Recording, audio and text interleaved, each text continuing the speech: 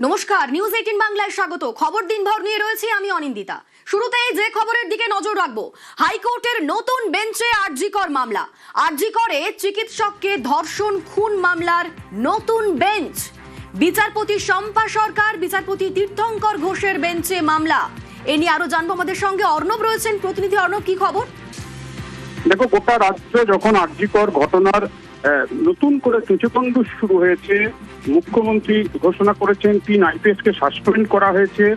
এই রকম অবস্থায় 12ই মে কলকাতা হাইকোর্টে যে ডিভিশন বেঞ্চে আরজিকর মামলা ছিল, সেই মামলা থেকে সরে দাঁড়ায় বিচারপতি মান্থা এবং বিচারপতি চট্টোপাধ্যায় ডিভিশন বেঞ্চ, এবং তারা এটা পর্যবেক্ষণে রাখে যে আরজিকর মামলা নিয়ে শুধুমাত্র আদালত নয়, সারা রাজ্যের মানুষ উদ্বেগে রয়েছে। এই অবস্থায় এই মামলা দ্রুততার সঙ্গে শুনানির প্রয়োজন। তাই যেহেতু ওই বেঞ্চটা মামলার আধিক্য ছিল অন্য মামলায়, তাই নতুন বেঞ্চে পাঠানোর জন্য একটা পর্যবেক্ষণ রাখে। শেষমেশ প্রধান বিচারপতি সুজয় পাল নতুন ডিভিশন বেঞ্চ গঠন করলো, অর্থাৎ আরো একটি ডিভিশন বেঞ্চ গঠন হলো। বিচারপতি শম্পা সরকার এবং বিচারপতি তীর্থঙ্কর ঘোষ এই ডিভিশন বেঞ্চে আরজিকর ধর্ষণ খুনের মামলা শুনানি হবে। আরজিকর ধর্ষণ খুনের মামলা যখন শুনানি হয় 12ই মে, অভয়ার মা বাবা পরিবারের তরফে তারা প্রত্যেককে দরবার করেছিলেন এই মামলাটা দ্রুততার সঙ্গে শুনানি করা হোক, এবং শেষমেশ এই নতুন বেঞ্চে কতগুলি আবেদনের শুনানি হবে। অভয়ার পরিবারের তরফে আবেদন ছিল সিবিআই যে তদন্ত করছে সেখানে তদন্তে একাধিক ফাঁকফোকর রয়েছে। কাজী 2024 সালের 14ই অগস্ট থেকে সিবিআই যে তদন্ত শুরু করেছিল, সেখান থেকেই তারা তদন্তটা আর একবার পুনরায় শুরু করুক। পাশাপাশি তারা বলছিল যে ঘটনাস্থল এটা দেখানো হয়েছিল প্লেস অফ অকারেন্স, সেখানে কখনোই একজনের পক্ষে ওই জঘন্যতম অপরাধটা করা সম্ভব নয়, একাধিক ব্যক্তি যুক্ত রয়েছে। 2 কাজের তরফে বলা হয়েছিল ওই ঘটনাস্থল তারা আইনজীবীদের মাধ্যমে পরিদর্শন করতে চায়, কারণ তাদেরও সুনিশ্চিত হতে হবে ওই জায়গায় কি করে সিবিআই কিসের ভিত্তিতে এই বিচার প্রক্রিয়াটাকে সম্পূর্ণ করলো, এবং আদালত বিচারে একজনকে দোষী সাব্যস্ত করে তাকে যাবজ্জীবন কারাদণ্ড দিল। এর পাশাপাশি সঞ্জয় রায় সে হাইকোর্টে লিগ্যাল সার্ভিস অথরিটির মাধ্যমে আপিল করে জানিয়েছে সে বেকসুর, খালাস পেতে চায়। এই মামলা থেকে তার আবেদনের শুনানি হবে। অন্যদিকে সিবিআই যারা প্রসিকিউশন ছিল, এই মামলার বিচারের ভার যাদের কাঁধে ছিল, তারা আবেদন করে বলে আপিলে যে তারা এই ঘটনাটা বিরলের মধ্যে বিরলতম, কাজে এখানে ফাঁসির সাজা দেওয়া হোক, যাবজ্জীবন কারাদণ্ড নয়। এই সমস্ত আবেদনের শুনানি এখন হবে বিচারপতি শম্পা সরকার এবং বিচারপতি তীর্থঙ্কর ঘোষের ডিভিশন বেঞ্চে। আরো একটি বিষয় যেটা আমরা সূত্র মারফত জানতে পারছি, সোমবার দিন হাইকোর্ট খুললে ডিভিশন বেঞ্চে মামলা দৃষ্টি আকর্ষণ করে জরুরি ভিত্তিতে শুনানির জন্য তোলার চেষ্টা করবেন অভয়ের পরিবারের আইনজীবীরা। একেবারেই হাইকোর্টের নতুন বেঞ্চে আরজিকর মামলা, আরজিকরের চিকিৎসককে ধর্ষণ খুন মামলার নতুন বেঞ্চ।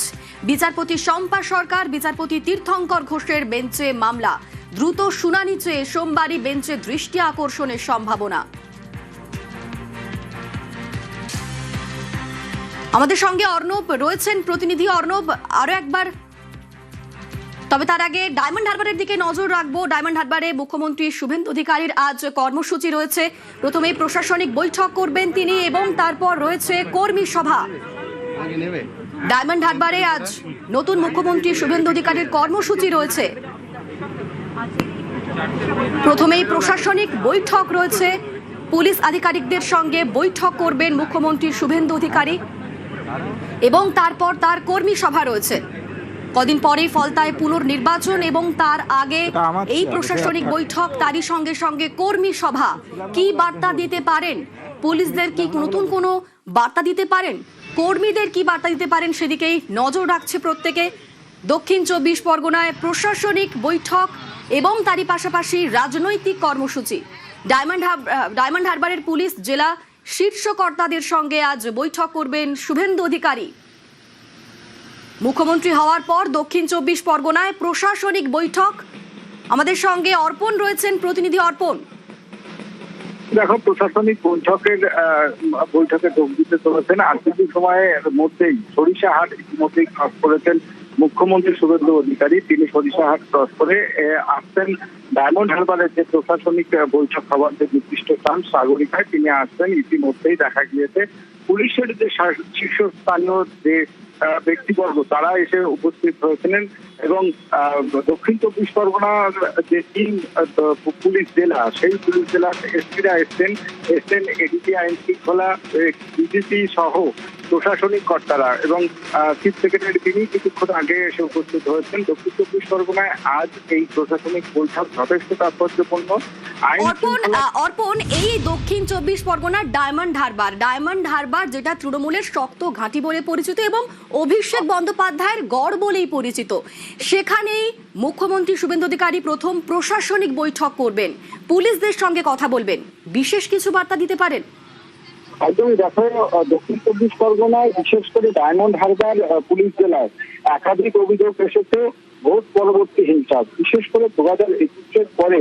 তোমার মনে থাকবে 2020-তে নাড্ডা, জেপি নাড্ডাজি যখন এই রাস্তায় আসে সিরাকলে কার গাড়িতে হামলা চালানো হয়েছে, সেই ঘটনায় কতজন গ্রেপ্তার হয়েছে সেই বিষয়ে যেমন খবর নেওয়া হবে, এর পাশাপাশি তুমি জানলে অভিষেক বন্দ্যোপাধ্যায়ের বিরুদ্ধে অভিজিৎ দাস অর্থাৎ বদিক নামে যে বিজেপি প্রার্থী হয়েছিল তাকে সরিষা এলাকায় কিন্তু মেরে মাথা ফাটিয়ে দেওয়া হয়েছিল। সেই ঘটনায় অভিযোগ দায়েরের পরেও কেউ গ্রেপ্তার হয়নি বলে বিজেপির পক্ষ থেকে অভিযোগ করা হয়েছিল। স্বাভাবিকভাবেই দক্ষিণ 24 পরগনার আইন শৃঙ্খলা দিয়ে আজ কড়া বার্তা দিতে পারেন মুখ্যমন্ত্রী শুভেন্দু অধিকারী এবং শীর্ষ কর্তারা, পুলিশের শীর্ষ কর্তারা, প্রশাসনিক শীর্ষ কর্তারা তারা উপস্থিত রয়েছেন। ইতিমধ্যেই ডায়মন্ড হারবার শহরে বেশ, তুমি সঙ্গে থাকো, নজর থাকবে আমাদের। ডায়মন্ড হারবারে যাওয়ার আগে মহাগুরুর বাড়িতে যান মুখ্যমন্ত্রী, নিউ টাউনে মিঠুন চক্রবর্তীর বাড়িতে যান শুভেন্দু অধিকারী। বাংলায় শুভেন্দু অধিকারীর থেকে ভালো মুখ্যমন্ত্রী কেউ হতে পারে না, বাংলার নতুন মুখ্যমন্ত্রীর প্রশংসায় মিঠুন চক্রবর্তী।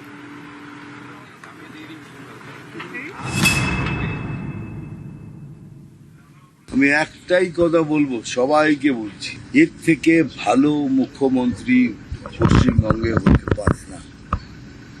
যে মুহূর্তে উনি শপথ নিয়েছেন তারপর থেকে কাজ করছেন, আপনারা দেখুন, আপনাকে গ্যারান্টি দিয়ে বলছি এর থেকে ভালো মুখ্যমন্ত্রী পশ্চিমবঙ্গে হতে পারে না।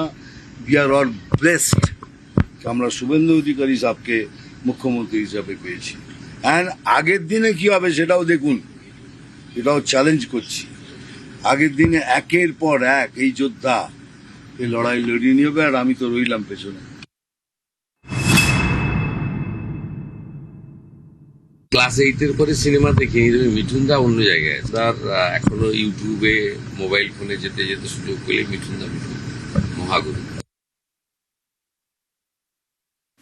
মহাগুরুর বাড়িতে যাওয়ার পর ডায়মন্ড হারবারে চলে গেলেন মুখ্যমন্ত্রী শুভেন্দু অধিকারী। ডায়মন্ড হারবারে যাচ্ছেন মুখ্যমন্ত্রী শুভেন্দু অধিকারী। আজ ডায়মন্ড হারবারে মুখ্যমন্ত্রীর প্রশাসনিক বৈঠক রয়েছে, তার কর্মসূচি রয়েছে। প্রশাসনিক বৈঠকের পাশাপাশি তারপর তিনি কর্মী সভা করবেন। ডায়মন্ড হারবার পুলিশ জেলার শীর্ষ কর্তাদের সঙ্গে বৈঠক করবেন। আমাদের সঙ্গে অর্পণ রয়েছেন প্রতিনিধি। অর্পণ, তুমি যেমনটা বলছিলে যে মুখ্যমন্ত্রী হওয়ার পর প্রথম দক্ষিণ 24 পরগনার এই ডায়মন্ড হারবার, সেখানেই প্রথম প্রশাসনিক বৈঠক করবেন মুখ্যমন্ত্রী, কতটা তাৎপর্যপূর্ণ?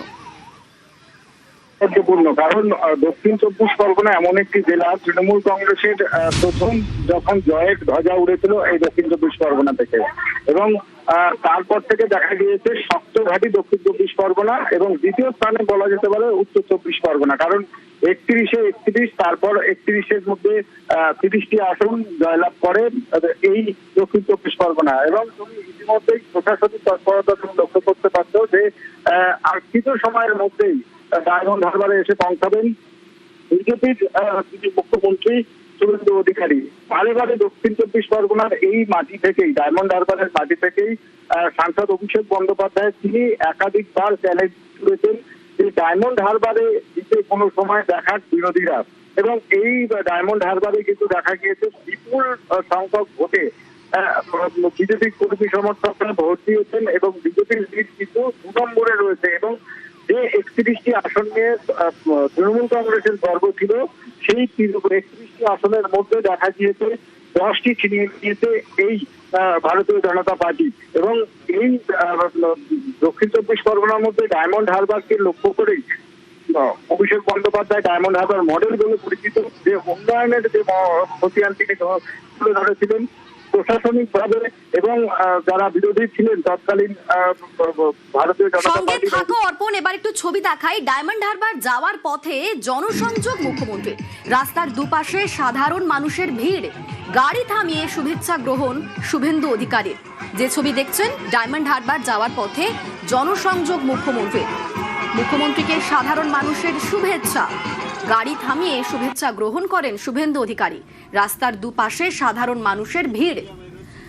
সেই মুহূর্তে ছবিটা কিরকম ছিল, আমাদের সঙ্গে সুস্মিতা রয়েছেন, প্রতিনিধি সুস্মিতা বলতে পারবে। সুস্মিতা, গোটা ডায়মন্ড হারবার রোড মানুষের জনসমাগমে ভর্তি এবং সিএম এর গাড়ি অর্থাৎ মুখ্যমন্ত্রীর গাড়ি কলকাতা থেকে রওনা দেওয়ার পরেই বেশ কয়েকবার তার গতি অবরুদ্ধ হয়, গাড়ির গতি অবরুদ্ধ হয়। তার কারণ একটাই, সাধারণ মানুষের যে পরিমাণ ভিড় এবং মানুষের সাথে অবশ্যই যারা কর্মী সমর্থক এবং সাধারণ মানুষ সিএমকে একবার দেখার জন্য, মুখ্যমন্ত্রীকে একবার দেখার জন্য তারা অপেক্ষা করছেন রাস্তার ধারে। গেরুয়া ঝান্ডা, তাদের দলীয় পতাকা, সেই দলীয় পতাকা নিয়ে এবং অবশ্যই যে কর্মী সমর্থকরা এসেছে তারা সকলেই মুখ্যমন্ত্রী শুভেন্দু অধিকারীকে একবার দেখার জন্য অপেক্ষা করছি এবং তারা শুভেন্দু অধিকারী তাদের সঙ্গে জনসংযোগকারী তুমিলাম তাদেরকে অভিবাদন জানান, স্বাগত জানান। একেবারে সেই ছবিটাই দেখাচ্ছি দর্শকদের। ডায়মন্ড হারবারে যাওয়ার পথে জনসংযোগ মুখ্যমন্ত্রীর, রাস্তার দুপাশে সাধারণ মানুষের ভিড় এবং গাড়ি থামিয়ে শুভেচ্ছা গ্রহণ করেন শুভেন্দু অধিকারী।